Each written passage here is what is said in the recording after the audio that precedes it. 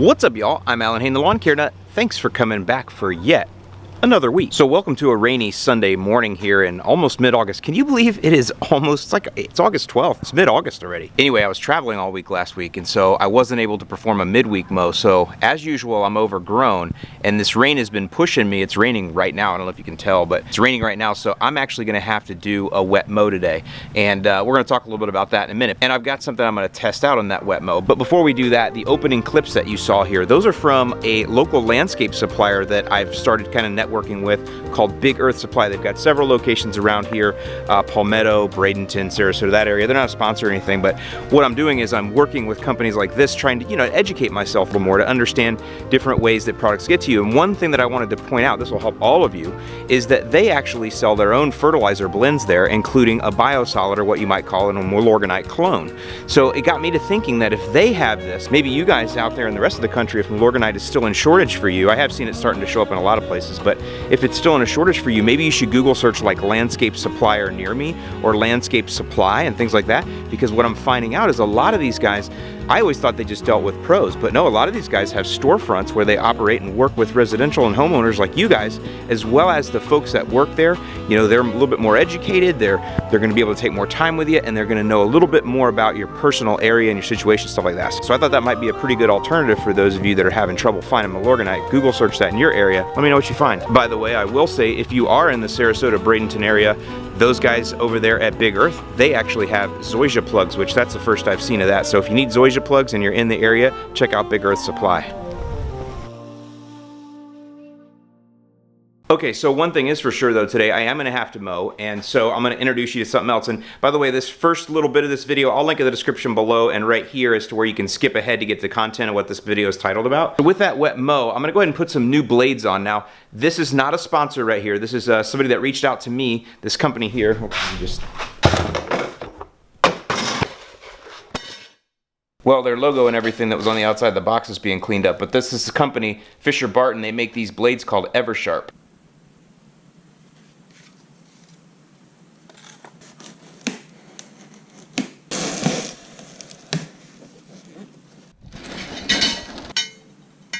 So it looks like they sent me two sets here. So you'll say, what is different about these, huh? Well, when you flip it over, see that right there? See that magical stuff? That's what makes these blades unique. So we're not gonna take a lot of time here, but these are called laser edge Eversharp blades. And the idea is they cut themselves sharp. So the idea is that as you mow, that coating on the back there is revealed. And as that coating is revealed, it keeps the blade sharp. That coating does.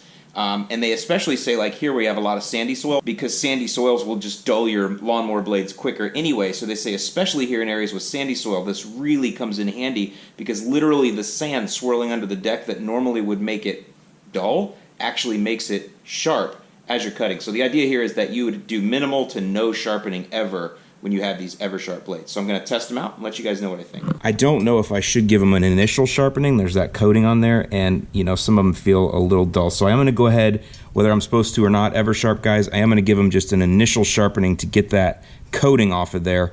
Just make sure everything is lining up real nice.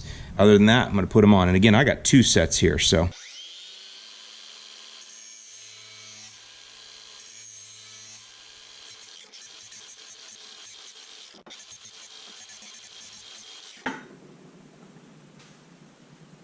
That was one of the questions I had too, was, as this coating comes off, if it comes off different here than it does over here, does that throw the balance off?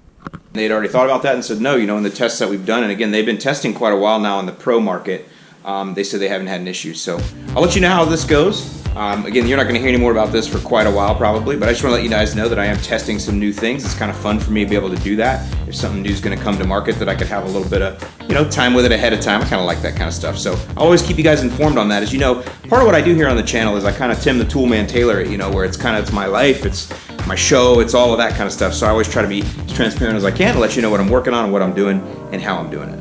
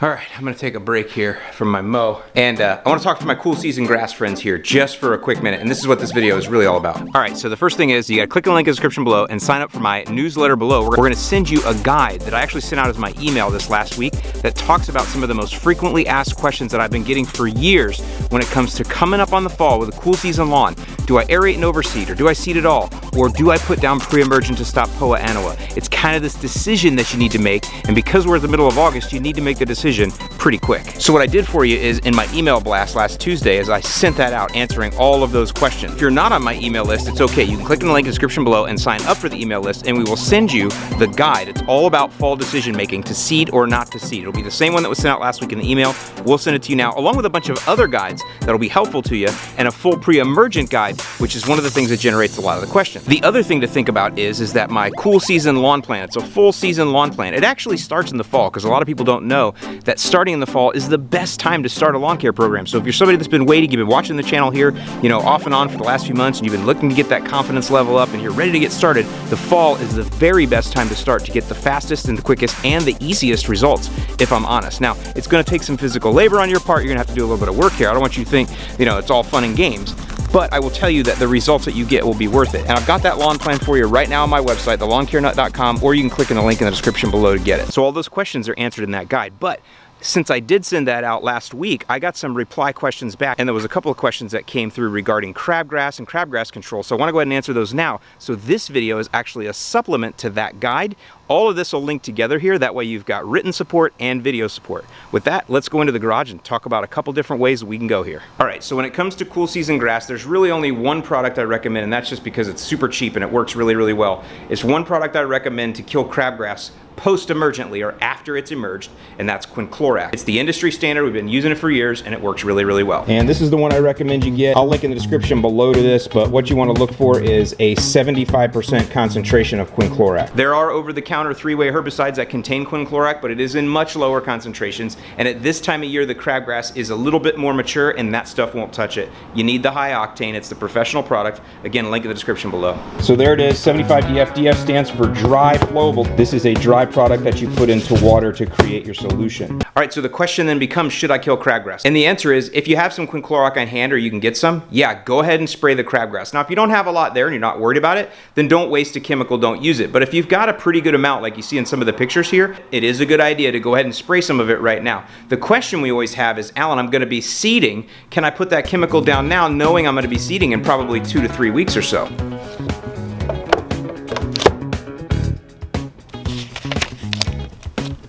And this is what you want to look for on any product that you ever buy. It talks about when and how to reseed. All right, so I'm pretty sure you can see this here. If not, I'll put it up on the screen for you so it's easier. But if you look, let's just pretend you're going to do Kentucky bluegrass here. So what this tells you is seeding, overseeding, sprigging, timing chart. See footnote, right? So we'll look at our footnotes in a minute. But a check mark means it's good, and a no means it's no, of course. No always means no, gentlemen. And so you can see here, before seeding, and then there's a number 2 there.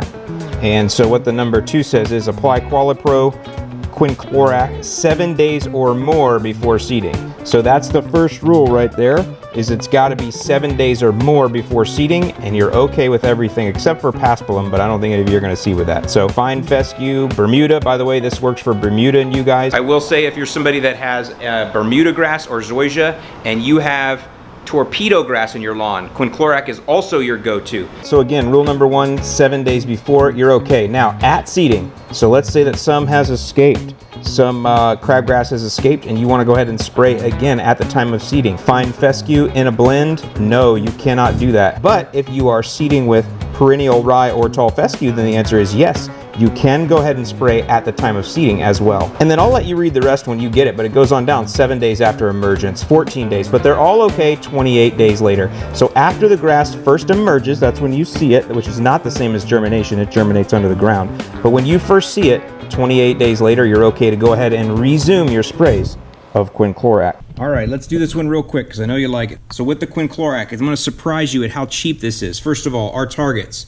mainly crabgrass. However, I did mention torpedo grass. There's signal grass and barnyard grass, but you're going to know this mostly for the crabgrass. It's $45.25 for a 1 pound jug here, which is going to be equivalent to 16 ounces because the application rate is 0.367 ounces per gallon. 1 gallon covers 1,000 square feet. Now, one thing you're going to see here is that they translate that for you into tablespoons. I like this product. You're going to see how cheap it is, but also they make it super easy. Their 0.367 ounces is equal to 1 tablespoon. Let me explain that real quick. So you can look and see the shape of the product here, right? It's a nice little, pellet form here. This has its own density, so you can't say that 1 tablespoon of every single product that you're going to come in contact with is going to weigh 0.367. They're all different. Every product has a different density and shape, so they all weigh a little bit different. But what quinclorac has done is they have formulated their size of their dry flowable here so that 1 tablespoon covers 1,000 square feet. That's smart on their part to do that. And that's why these are shaped the way they are and cut to the length that they are. That's the idea. So you saw me fill this up and you saw me dump it and measure it and how much it weighs. I will tell you though that when you put it in here, there's a lot of air and stuff like that in there. So you really need to pack that down, or what I'm going to tell you is use a heaping or a slightly heaping tablespoon for this. You'll see that I had a heaping tablespoon and it still didn't come out to weigh exactly right, but it was a little low. I'd rather be slightly low than high. But again, this is a pretty low use product here too, so it is important to hit this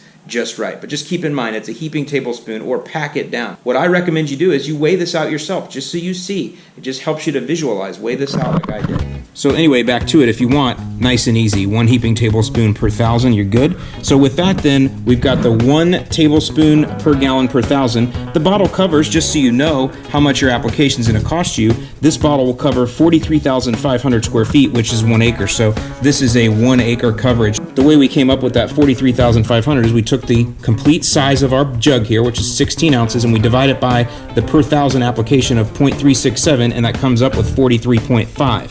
So 16 ounces divided by the app rate of 0.367 ounces is 43.5, meaning this jug will cover 43,500 square feet. Next, then we can figure out what this is going to cost us per 1,000, so we take the cost of $45.25, link in the description below to do my own. $45.25 divided by the coverage of 43.5 gives us $1.04 per 1,000 application price.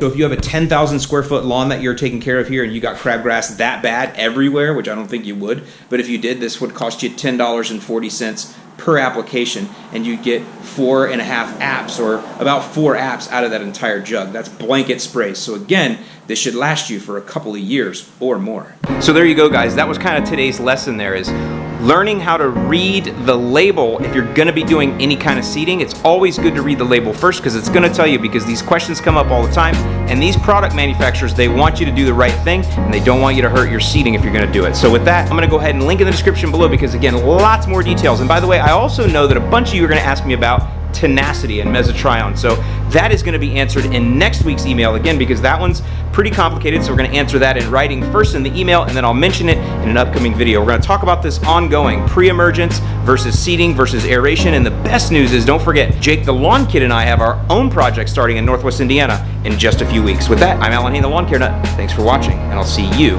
in the lawn.